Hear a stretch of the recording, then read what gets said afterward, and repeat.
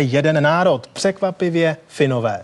Jejich komentátor, který proslul už výkonem během zlatého hodu Barbory Špotákové na olympiádě v Pekingu, se totiž během semifinálového utkání Česka se Švédskem hodně rozžhavil. Abyste pochopili jeho komentáře, tak na to žádné lekce finštiny nepotřebujete.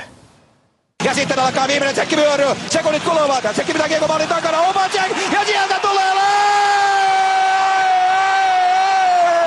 sieltä iskee puolustaja Karel Rahudek. Magnus Johansson vastaa Thomas Mokoon. Ja Johansson vetää taivaan. Mikä on Kasparin ratkaisu nyt? Ja Kaspar uittaa häkkyyn. Lukas Kaspar uittaa häkkyyn. Kautta mikä on Maarikin ratkaisu nyt? Komeon! Mortenson vastaa Mokoon ja Mortenson! Ja tsekki menee loppuottelun! Sitten vuoden 2006 ja jälleen